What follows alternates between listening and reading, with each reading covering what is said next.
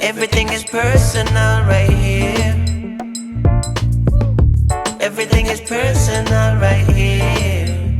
Ladies and gentlemen, boys and girls, welcome to another episode of Everything is Personal. And today, our guest is Dr. Michael Broukhim. Did I get that right? That's right. Thank you. So I wanted to ask you, kind of going back to your relationship with mental health growing up, what did that look like? Was there a familial kind of concept to in your household regarding mental health, or was that something that wasn't really addressed in your house? I I never really thought, it wasn't really addressed. The consideration for mental health came up when I found out right before I started college that my dad had cancer the past 8 years. My parents chose to not tell me or my sister. Wow. And I think it was a great decision by them, even though there were other family members that said it wasn't a great idea. I thought it was great because I thought it would have ruined my childhood. And my mom said that there were times where any month my dad would have passed away. So I think as a child, having that in my conscious would have made me extremely anxious, depressed. Who knows how that would have changed the trajectory of my life, especially from a mental health perspective, if I had that on my conscious. But don't you think that if you're able to have an open dialogue about feelings and dealing with those kind of emotions that would come up, that would allow you to work on healing and being much open than suppressing things?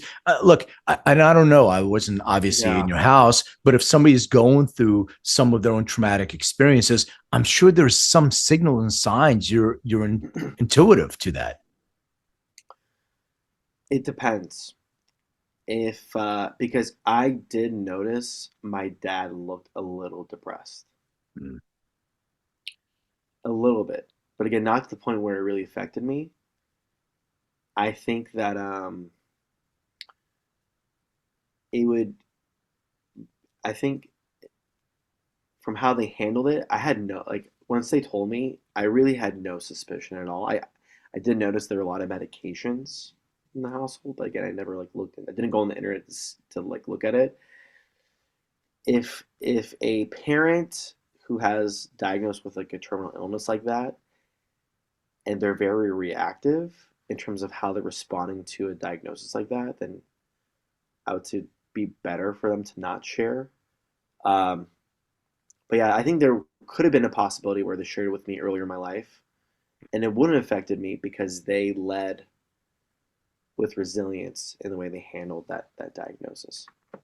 Do you think that that may have drew you to psychiatry later in life, or is that completely unrelated? Completely unrelated.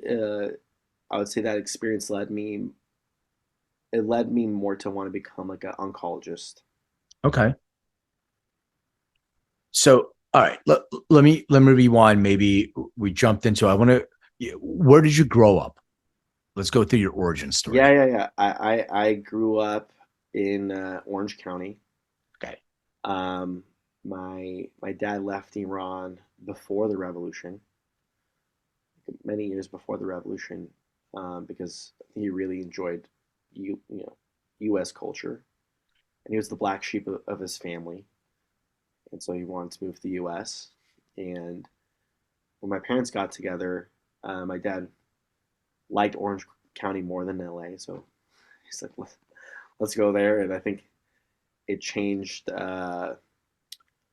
You know, there's like a term of like being like a typical Persian.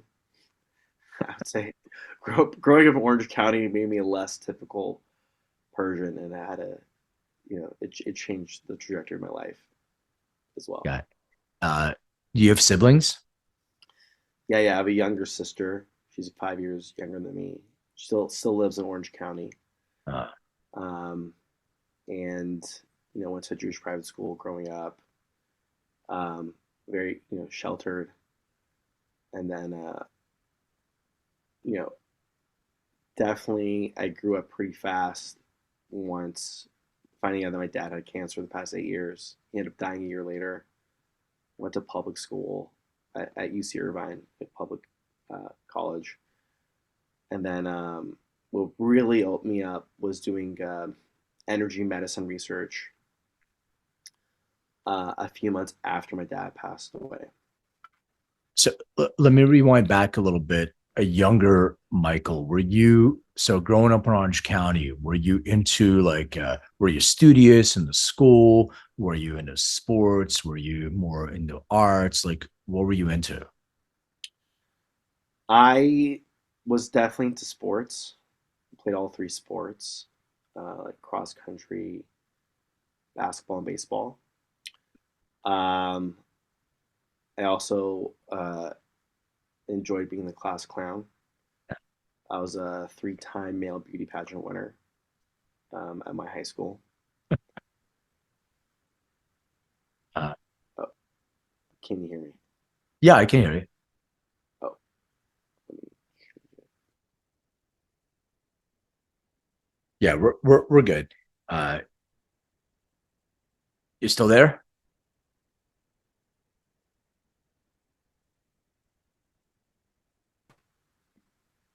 Oh, can you hear me?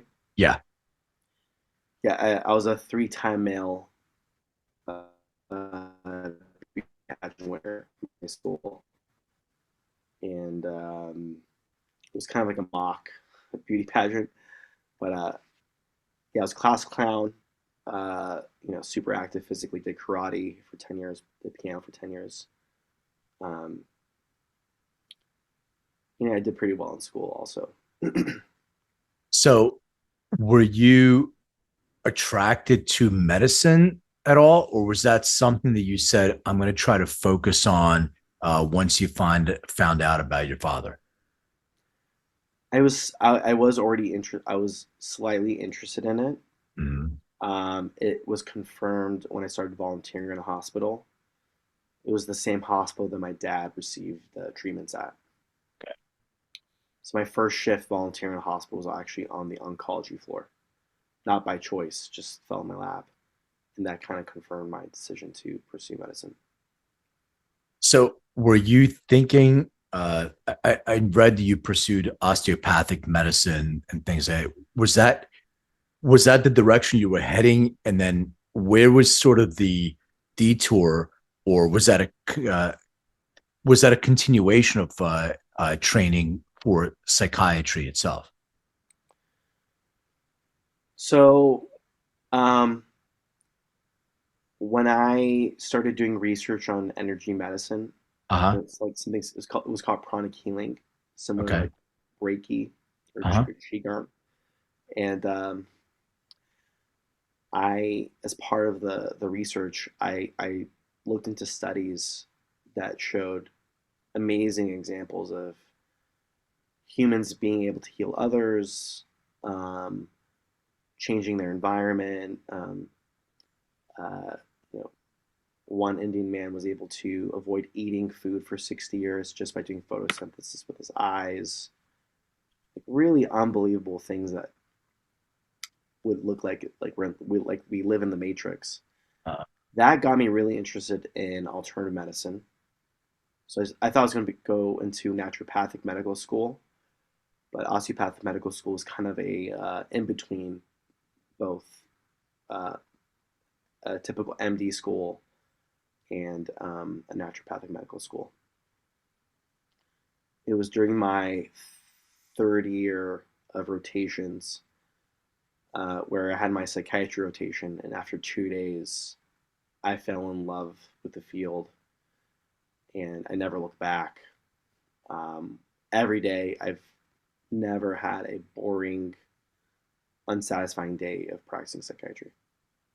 So, I mean, maybe you can enlighten people a little bit about psychiatry, because the way that people look at it is there's a definitive line between psychology and psychopharmacology. The psychiatry are, they're pill pushers, right? I'm just I'm not saying it's my opinion. I'm just saying this is what the delineation is. You get your PhD, it's talk therapy. So it's either cognitive or it's Freudian, whatever, it's that picture of, people laying on a couch and the guy's taking notes or the woman's taking notes. And then you have the person who's like, something wrong with you? I have a pill for that. Something wrong with you there? I have a pill for that as well. So what's the delineation between that and making that choice? It's a privilege to be a psychiatrist because I can give you an example. As a psychiatrist, I can have a patient come in who's coming to me having his sixth psychotic episode. I stabilize him with medications. He gets better. I got to do psychotherapy with him. Also help him like not want to use marijuana anymore, which kind of led to the psychotic episode. Doing therapy with him, he's removing shame. He's letting go of fear. He's now 1 year into the longest period of time he's been employed. We're reducing medications. Has the best relationship with his parents he's ever had before. Might be dating as well for the first time ever. So I have this ability to use medications, use psychotherapy. My background in improving people's lifestyle as well. So I have a whole array of tools I can use to really help someone from completely losing themselves mentally and emotionally to living out the best year of their life. So would you say sometimes, in your practice, medication is sort of a way to interrupt a pattern, kind of stabilize so you can have the openness for talk therapy and dialogue, so you can go to, as you call, healing the root? Is that part of what healing the root means? Yeah, so it's stabilizing someone because their regulations, their emotional regulation is, in disrepair. Their cognitive capacity has been impaired by a completely psychotic state. So I will stabilize someone so that they can be grounded. Then we can start doing an in-depth look as why did this happen in the first place? Was it from drug use? Was it from a medical drug? Was it because you have an infection in your brain? Was it because your diet's a disaster? So then over time we work on the root cause. They even further stabilize. We've made changes to the point where they don't need to be on medication, so we'll slowly taper them off. They have a great relationship with themselves. They've been stable now 6 months in with no psychiatric medications. Now you don't have to come to my clinic anymore. Do you incorporate this energy healing framework that you mentioned? And I really want to dive into it because it's so amazing. And I'm a big believer of, your mind controlling a lot of your body and vice versa. And do you implement some of those modalities in your process? I will refer a patients for energy medicine at times if usually for physical ailments that haven't really improved with a variety of modalities. It's very questionable in my field to refer patients for energy medicine for any mental and emotional issues. I've actually known someone who's actually had their license almost be taken away for referring someone to an energy medicine practitioner. So I have to be really careful for the indications as to why. But I would say I'm one of the few psychiatrists that would refer someone to an energy medicine. I just find it fascinating because, and you position yourself as sort of a holistic psychiatrist, right? You practice a lot of different things that, I would practice in my overall health and wellness journey for health span, right? So, Yeah. putting good things in your body, looking at your genetic predispositions, nutrition, spirituality, all these different things that you practice. And I find it, which is incredible because, as I said earlier, the perception of psychiatry is I'm going to call my psychiatrist so I can get my antidepressant medication, anti-anxiety medication, because that's my pill pusher guy. Yeah. That's a person. But you're actually saying, I'm gonna interrupt the pattern. I'm then gonna allow you to open it, and then we're gonna talk about a holistic way of actually healing the root cause. And you're saying one of the things you did was research energy medicine, all these different things that are available to us outside of, this pharmaceutical framework that was set up for us through insurance, whatever. But then you get smacked as soon as you mention something that's outside of this cookie cutter framework that's been, that you were trained that you have to implement. So how do you balance sort of this fine line? It can be tough. I think just um, demonstrating very clear reasons why you resort to a certain modality um, has made it pretty easy to allow these other modalities to come in. A lot of the patients I see, they've tried everything already. They've tried all the conventional modalities. So I am in a position to maybe think a little bit more outside the box to help patients. So one of the things that you mentioned cannabis, like one of the uh, your patients had a psychotic episode with cannabis, uh, which does happen from time to time, a lot more often nowadays than it used to be. Yeah, Some of the reasons why is the amount of delta 9 THC that's in cannabis now is 10 times greater than it used to be. Some people have genetic predispositions to psychotomatic effects, psychosis like effects, could be yeah, poor metabolizers. There's a whole reason why, yeah, but you're saying that, and that's the psychotic episode that was triggered. Other things could have triggered that, but it just so happened that that was. But there's also the flip side. Same thing with a lot of other modalities, ketamine, right? So if you can be a therapeutic dose, or it could be a dose that can set somebody off with an adverse event. So when you're using these modalities that are, and ketamine is not one of them because it's a prescribed, FDA approved medication. But I'm saying some of these plant medicines, et cetera, or making a suggestion to some of them. How do you like? How do you know what to use with what patient, and how do you know what will be the right approach for this patient based on their symptoms, their history? Like, how do you actually go about approaching when you're yeah, using plant medicines and other yeah. alternatives? One is sensitivity. So Okay. there are certain patients that are very sensitive to medications, even supplements. So I'm going to note that sensitivity.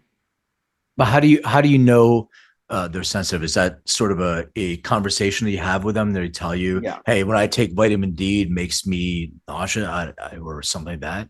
yeah. It's just people's experience to their past experience with medications, even psychedelics as well. Got it. And then where they are in their life, Mhm. right? Someone's telling me, yeah, I'm working 80 hours per week, but I have a lot of depression. I want to do a course of ketamine-assisted psychotherapy. Tell them like, you're working way too much. You're, you're not really in a place to like integrate whatever you gain from it. Or I'll give you another example. I had one patient who wanted to do ketamine-assisted psychotherapy, but they were living with their demented grandmother who was making a lot of noise each day and like breaking things like every other night. That's not that's not a great container for doing deep plant medicine work. Um, in terms of, I just want to speak about marijuana again. You know, I I do recommend a lot of um, I promote more so marijuana that has CBD heavy, Mhm. higher percentage of CBD. The case where I've seen more adverse outcomes is the pure THC pens, like THC wax, like 90% Yeah, concentrate. they're concentrates. Yeah, Correct. distillated concentrates that are actually like just to give everybody an example, and this is sort of an area of expertise for me, so I'll Yeah. let people know. So when you have the plant itself, and back in the day, you're usually getting 5 to 10% THC, which is a psychoactive ingredient there. Now we focus on concentrating the delta 9 tenfold. So you're getting in that pen, the wax pen that you're talking about, or the dab or anything like that. Some of them are 60, 70, 80. And I've tried this thing called, I don't know if I want to mention their name, but it's a 99% pure THC. And I'm a pretty experienced consumer.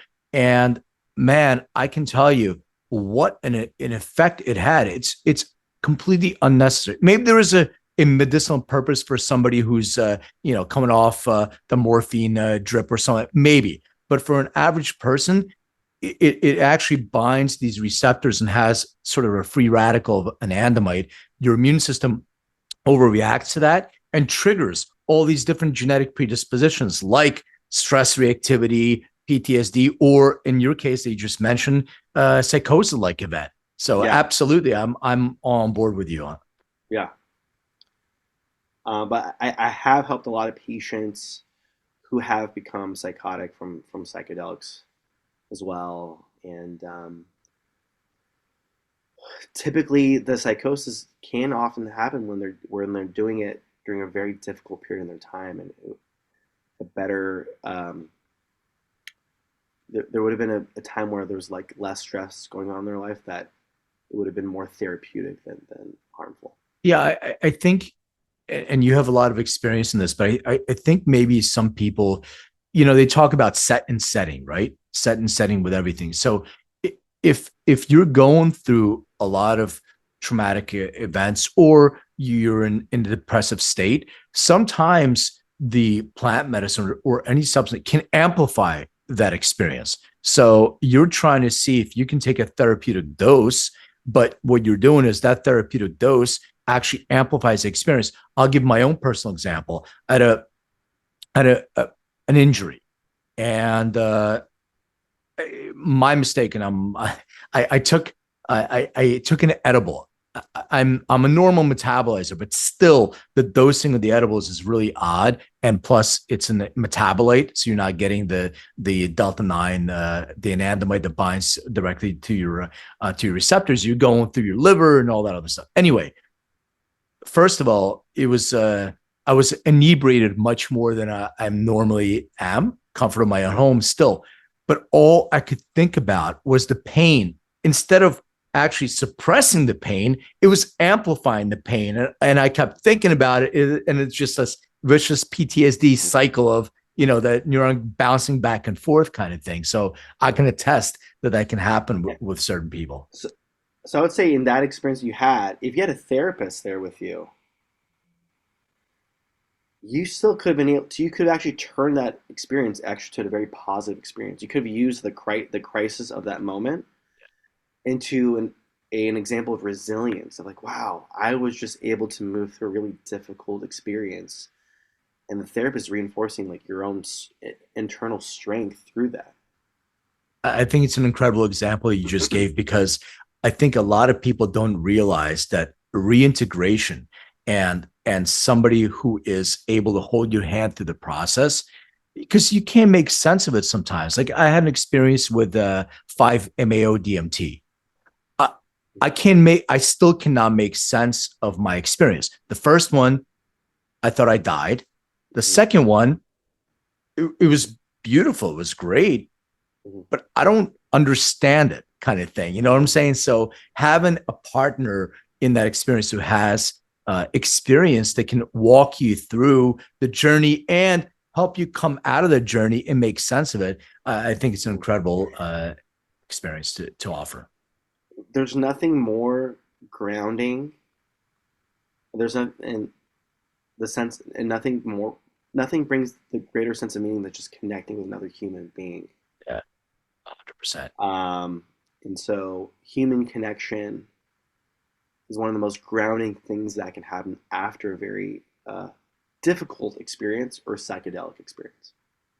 I wanted to ask you about this notion of expectations. So today, and I deal with this all the time, people want quick fixes on everything. Yeah. How do you navigate patients' expectations that everybody wants this quick fix? I want it today, but healing itself, real healing, is slow. And a lot of times, most often, it's not linear. It's not like you hit this and it's a domino, all of them go. No, sometimes your road is not a straight road. You know what I'm saying? Yeah. So how do you navigate with these expectations that your patients may have? Typically, in the first session in which I see them for an intake, I do try to help them through a narration of making this a very slow process and letting go of their expectation that they're going to heal quickly.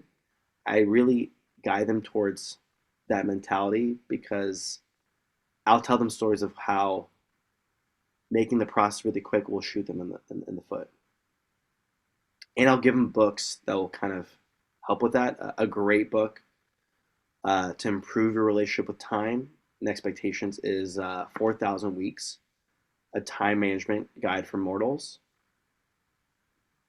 I can't tell you how many patients, even friends, who've said that that's really changed their perspective on life and made it a more tangible experience.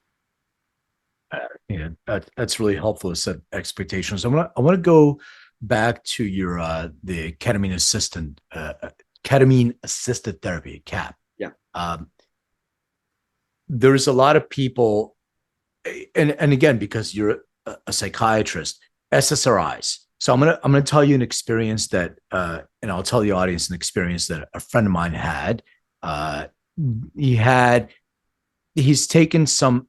I'll call it an antidepressant. I don't know what it was. I'll just make an assumption. It sounds to me like he was prescribed an antidepressant for, feeling depressed, which happens, when you go to a psychopharmacologist. And he was driving along the road in Los Angeles area, and he had an overwhelming desire to drive off a cliff. And he said he was so overwhelming, he had to pull over. His wife got out, said, "You're okay?" He said, "No, I'm not okay. I shouldn't be driving," kind of thing. So, the side effect, and not going into pharmacogenomics and all that stuff, that setting that aside, but the side effects of some of these medications can be suicidal thoughts. But people still, like the traditional psychopharmacologist, the commercials that you see on TV, like everything is pushing people to, there's a pill for anxiety, there's a pill for depression. How do you serve somebody with ketamine assisted therapy when they maybe have either been on SSRIs, or they're saying, well, SSRIs are something that's been recommended for me. How do you kind of shift them over to CAP instead? A lot of the patients I see that end up doing ketamine-assisted psychotherapy, they've tried everything. Mm. They may have tried 2 SSRIs, an SNRI, stimulants, who knows what. They've tried everything. They've tried 2 to 3 different types of psychotherapy. So for many patients, it's kind of like the last resort treatment. And there's the flip side of people have heard about SSRIs not being very helpful. Like they may have had a friend who actually had a great experience with ketamine-assisted psychotherapy, and that's what transformed their lives. And so, yeah, you can have someone having their first experiencing a psychiatrist that will pursue CAP, or this is their 30th treatment that they're trying. Got it. Makes sense. Have you seen a ketamine assisted therapy? Have you seen it effective, like fairly quickly and then people go into a maintenance dose, or is it like that pattern interruption kind of thing, so we can start building new connections, and then once it's sort of a shake, and then once you do that you start more talk therapy with that person, or is it continual kind of treatment? Wide variety of outcomes. And this is what's very interesting is that the more successful cases I've seen, like when I say successful, like quick improvement and no need for maintenance doses, are the ones that are not on any psychiatric medications when they come in. And they already have a sense of purpose in their lives, and they have like a family, or they're married. Well, and they have a sense of spirituality.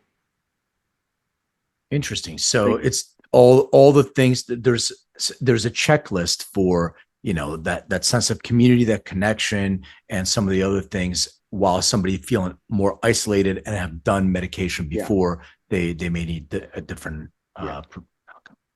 Interesting. If I have a patient coming in who's on a high dose of SSRIs, but they're depressed, so they need to do ketamine-assisted psychotherapy. What I've seen is that SSRIs kind of shrink your emotional range. So they come in, they're doing ketamine-assisted psychotherapy, they improve, and now we start tapering down on their medication. New issues start coming up again. They get more in their heads. Some of their symptoms start coming back. And so we might have to do another maintenance dose. So here's some great examples.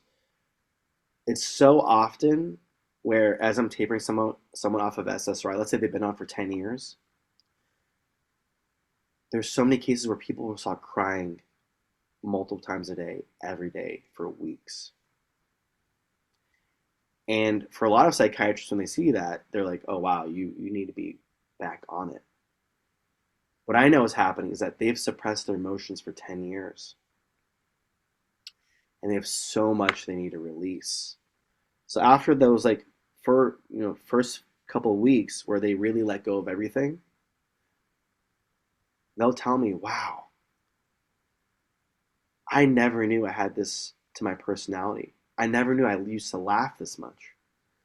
I had one patient said, I can't get excited for my daughter's wedding because she was so medicated. And then as we were going down, she's like, wow, now I can finally have a sense of joy over it. So it's an amazing experience for me as a psychiatrist to see people be so happy that they have access to part of their emotions that they totally forgot about it. It's just so fascinating to me how medication is being used to, allow people. I'll talk about myself as an experience. So I was diagnosed with ADD when I was like 14. I guess I wasn't hyperactive, but I was like, the spacey kind of kid, couldn't pay attention, disruptive after a while because I wasn't really interested. And I know that's an area that you address as well. I was put on medication. That medication, I can't really say it didn't work per se. It depends how you define work. It allowed me to focus because it blocked a lot of other things that were going on. But I lost what you were just talking about, that sense of connecting to my emotional self. There was no feeling of sadness. There was no feeling of joy. You're going through your day and you're doing your stuff, but you're disconnected from self. So, having this experience to be able to get all that out of yourself that's been blocked by medication for all that time. And that's why, when we say it's working, you have medication that's working, it depends how you define working. What does that really mean? It's working where I can function throughout my day, but I'm existing. I'm not really living. So is that a conversation that you have with your patients? Agree. Yeah. How I check in with patients is I ask them on a scale from 0 to 10, how satisfied are you with your life? They might say 6 out of 10. And I'll ask him, okay, well, what will help it get to a 10? Life satisfaction is like my main way of determining how stable someone is. Other psychiatrists might say stable because there's no suicidal thoughts. They can get out of bed. They're eating. They're functioning. They're socially engaging people. Okay, they're able to maintain their job. Okay, great. That might lead to like 5 out of 10 satisfaction with life. What people don't know is that when you're medicated significantly, that I'll give you a great example. I had one patient who became depressed because her husband was cheating on her. She got depressed, got placed on SSRIs. The pain wasn't really affecting her as much, so she never really made a change in her marriage. Well, her husband kept on cheating on her and cheating on her and cheating on her. It got to a point where she just had a complete crisis 10 years later, and then got divorced. So sometimes our emotions, if it's too numbed out, there's no motivation, there's no signal that tells us we need to make a change in our lives. So there's a lot of people who are medicated, not in touch with their emotions, and they don't really know or not fully aware of that they're not living their best life. They're not living a life of their full potential. I wanted to ask you about neurodivergence. It's a term that's been thrown at me many, many, many times, and I hear that all the time. And I thought it was neurodivergent. To me, it just meant that, maybe your brain is wired a little bit differently. You think a little bit differently. I always looked at my ADHD or ADD as a superpower. I can multitask effectively. And if I know how to use it correctly, I can kind of hyper focus on things that are stimulating dopamine for myself. So for me, it actually works. Having that, I found it as an asset. I never looked at it as something that's detrimental. But is neurodivergence, like, first of all, what does that mean coming from you as an expert? And then is that like a label that you put on somebody or people put on somebody that means there's something wrong with you? My favorite patients are neurodivergent patients, which is, associated with either ADHD symptomology or autism. Okay. Do you know what percentage of millionaires are neurodivergent? Oh, so I used to be a ADHD coach for highly successful executives, C-suite. So yeah, Richard Branson is a great example of that. So 44% of millionaires are neurodivergent. So I often view people that are neurodivergent as actually leaders of our world and creators. So I'm really, I like to focus a lot on removing stigma of having a neurodivergent presentation and trying to see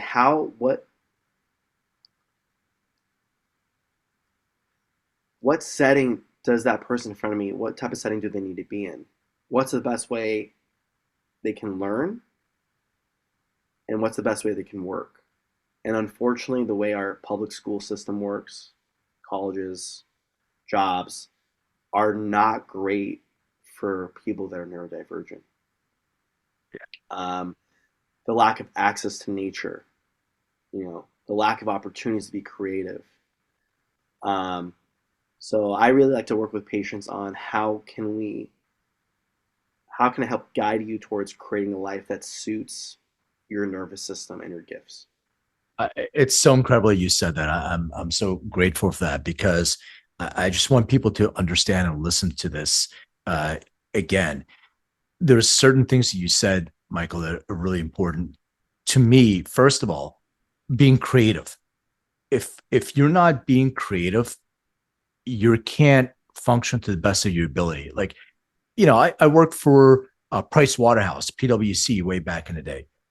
Great job, paid me really good money. I felt like I was a a rat in a cage, trapped. And people were like, why do you keep going to different, jobs and stuff? I'm like, because it doesn't fit with, I can't be my true self to fulfill my own potential in myself.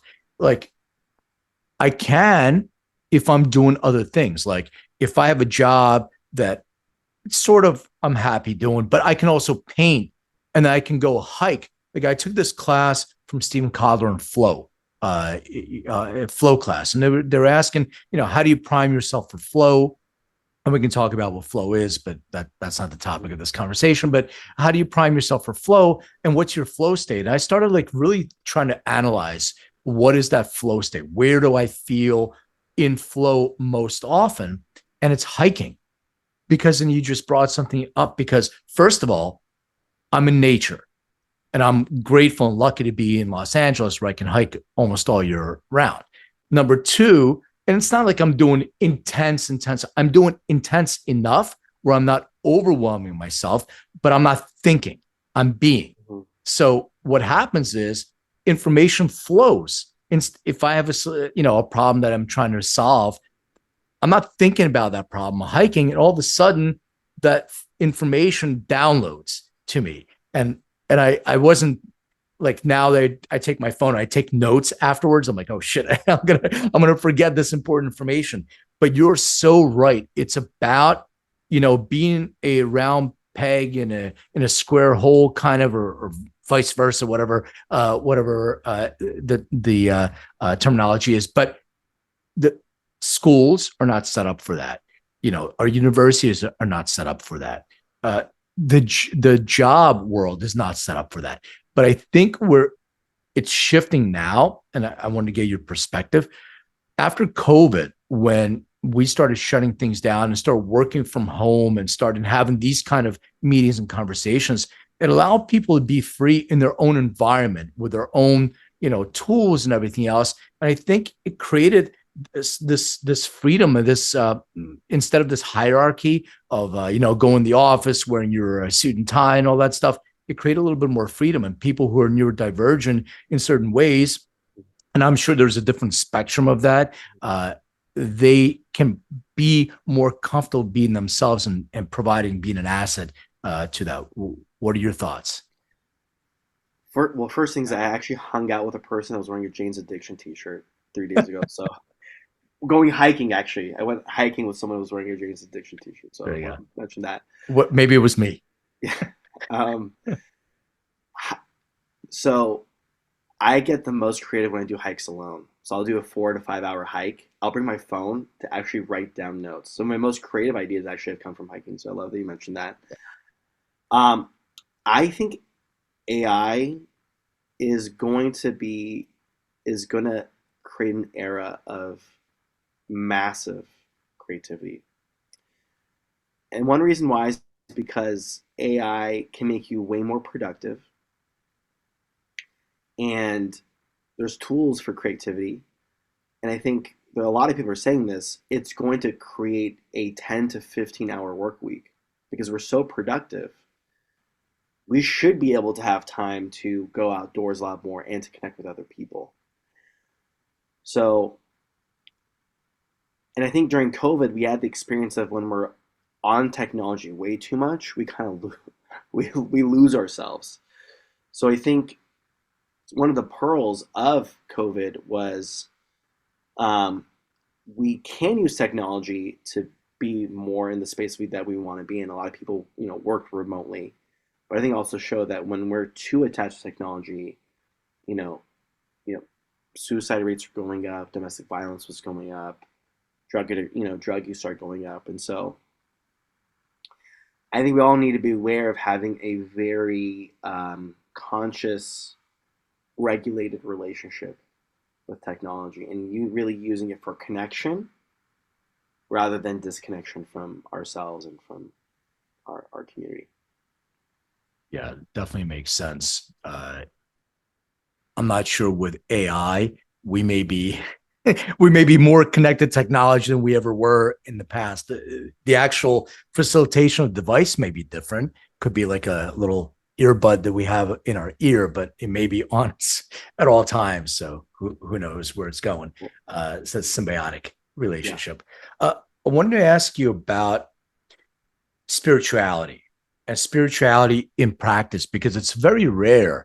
I don't think I've ever met a psychopharmacologist, psychologist, some, but a doctor who actually uses spirituality in their practice. First of all, what role do you believe that spirituality plays in your work, in your life, and how can your patients benefit from spirituality? For me personally, spirituality is the denominator of which I do everything.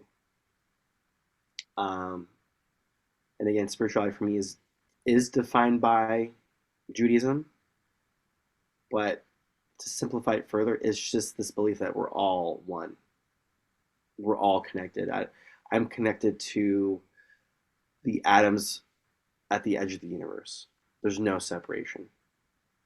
And so having that lens, it makes me want to treat plants, animals, human beings with the utmost respect, while also maintaining non-dependent boundaries.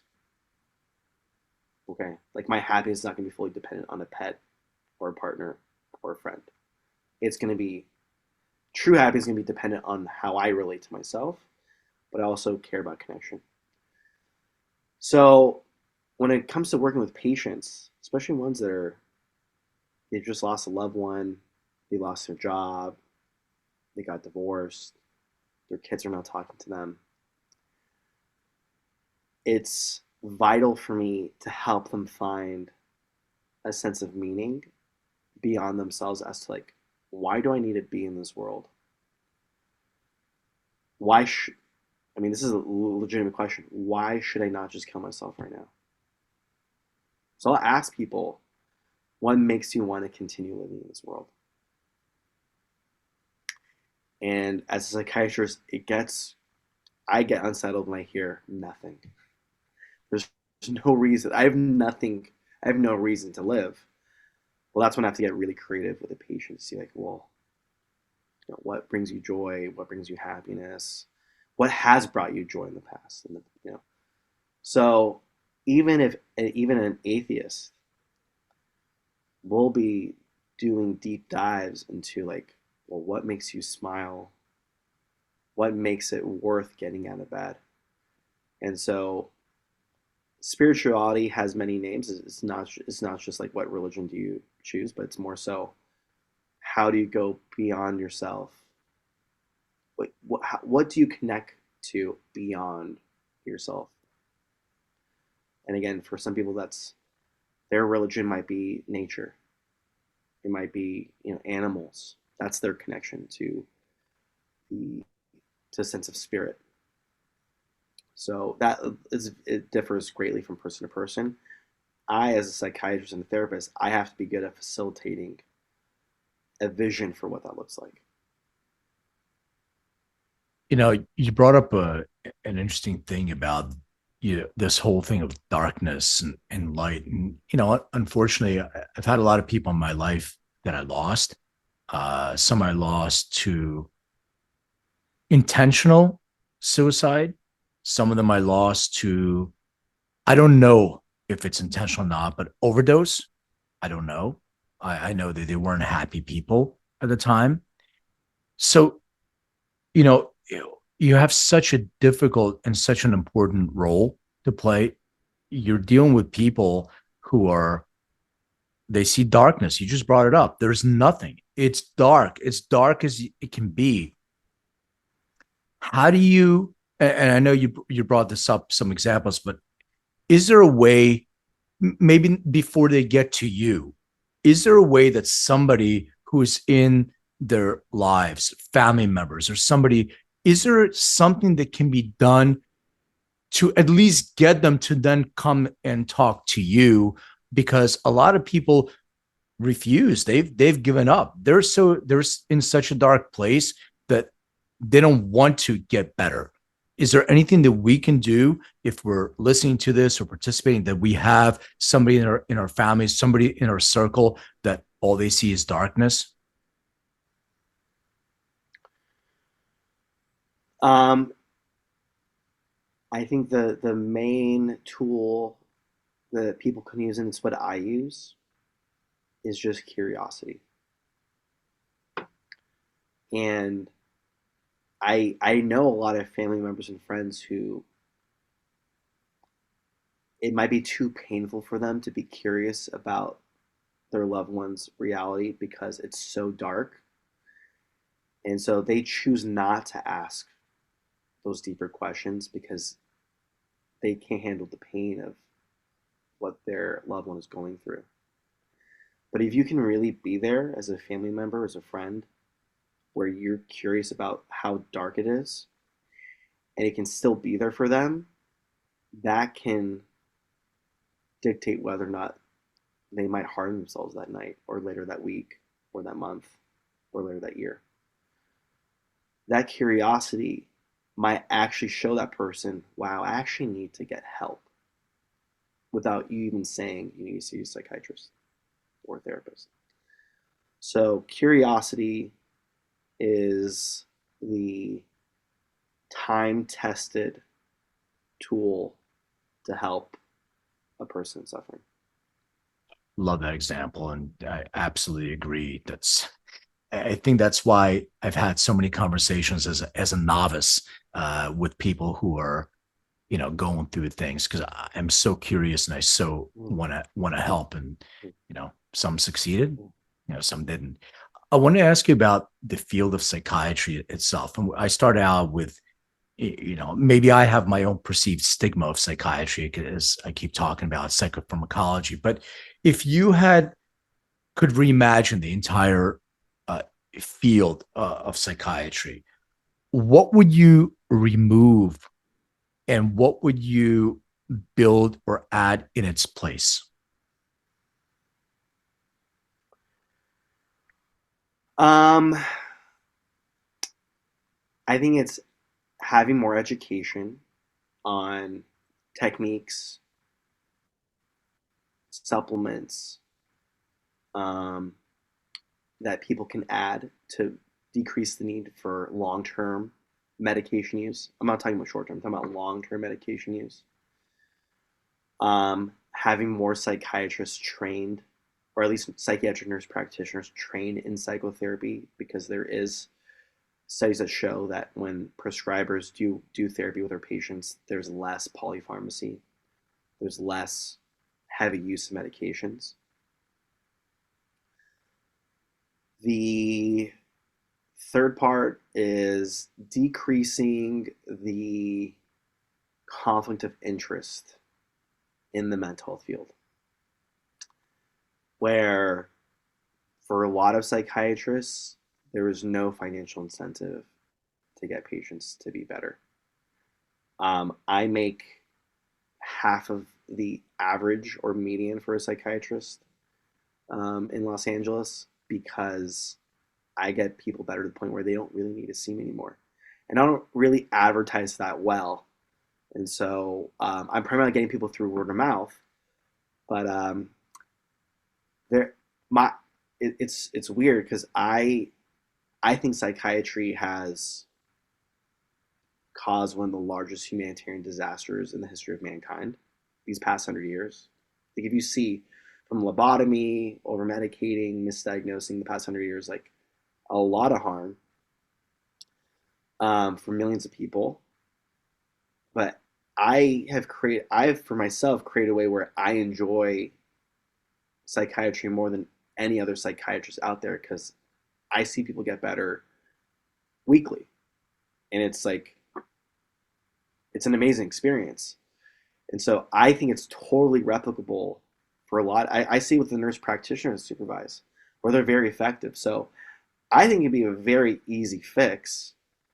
It's just the way we educate psychiatrists and the container in which they work just needs to change. But I think psychiatrists can make a profound positive impact and the patients I work with, because I've lived it, and the people I've supervised and trained, they're experiencing that and they love what they do. So I don't think it's that hard of a change for it to occur. And I I, know a lot of psychiatrists that are thirsty for uh, a change in the way they practice. yeah, it's just a business that was put together with an other industries that are pushing certain things and getting somebody off the teat of medication. And you're here to get better. It's not to see me versus the Yeah, business aspect. Well, shit, I'm getting, a few $100 every single time I see my patient.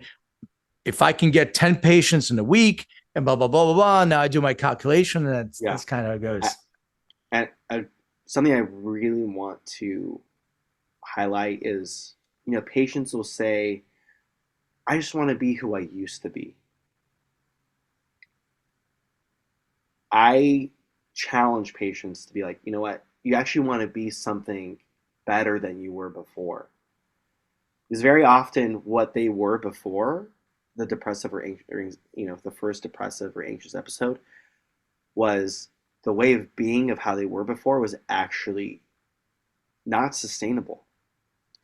And we're all meant to grow. And so I really challenge patients to be a better version of themselves that they've never been before. And that needs to be an agreement between me and the patient that they want to work towards being something better than just something that they were 5 years ago or 10 years ago.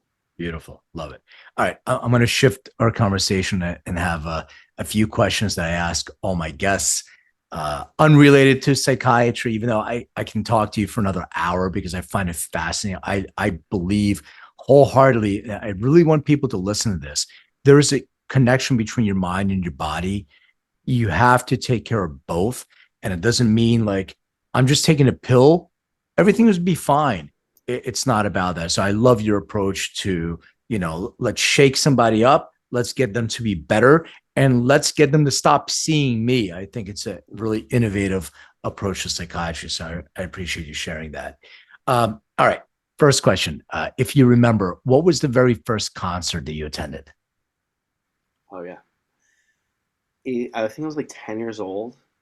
I went with my mom. We saw Barbara Streisand. Oh man, that's a great first show. All right. Yeah. What was the last concert that you attended? The last concert was a two Israeli DJs in downtown LA. Adam Ten and Mita Gima. I think that's his name. Yeah. Cool. Like EDM. House music. Yeah. House music, yeah. Got it. For the next year, you can only listen to 5 albums. Now, I'm prefacing, you don't have to remember the name of the album. Like it can be Hmm. Guns N' Roses or Barbara Yeah. Streisand or whatever. What would be those 5?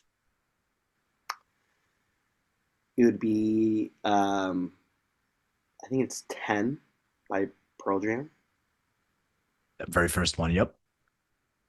Nevermind by uh, Nirvana. Um, Justice, their second album. I forgot the name of it. Um, Fourth album would be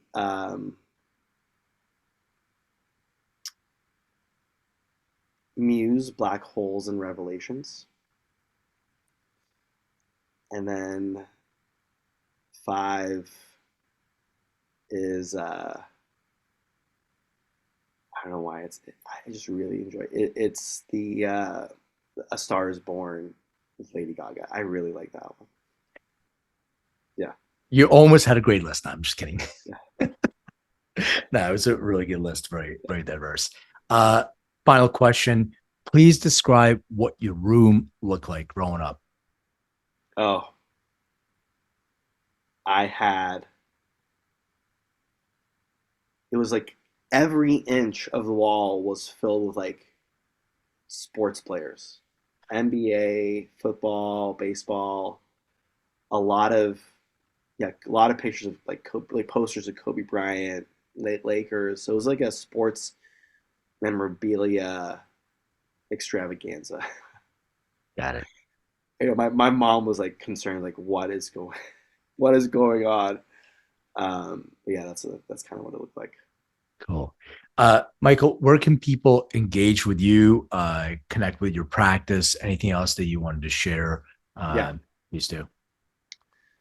Yeah, for clinical resources or direct work with me, they can go to hope-therapy-center.com.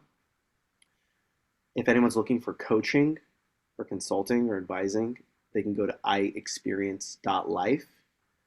To kind of give a metaphor of like what that type of work looks like, it's like being a Rick Rubin. Instead of for like music albums, it's for businesses. I don't have an extensive business background, but I have a sense of creativity, bringing in psychology and spirituality into someone's business and making sure that they're fully aligned personally, professionally, and socially. And so I kind of offer that as well. And for my audience, thank you again for listening. Don't forget to like, subscribe, share. Thank you for the 5-star reviews and all the different reviews. They've been incredible and exceptional. So keep them coming.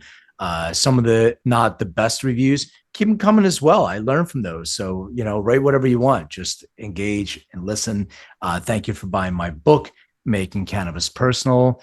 And there's a new one that's coming out soon. I'll let everybody know as soon as I get my publisher deal executed. So thank you again. And Michael, I mean, it's such a pleasure. Thank you for all you do. Really, really appreciate it. So thank you. Thank you for the opportunity for having me as well. It was great talking to you. Great discussion. Hey everyone, thank you for watching and listening. And don't forget to hit the subscribe button, share this episode, and hit that bell. Like, comment. I so appreciate that. And check me out on social under Len May or Len May DNA. Find out more on LinkedIn or lenmaycoaching.com. And remember, everything is personal.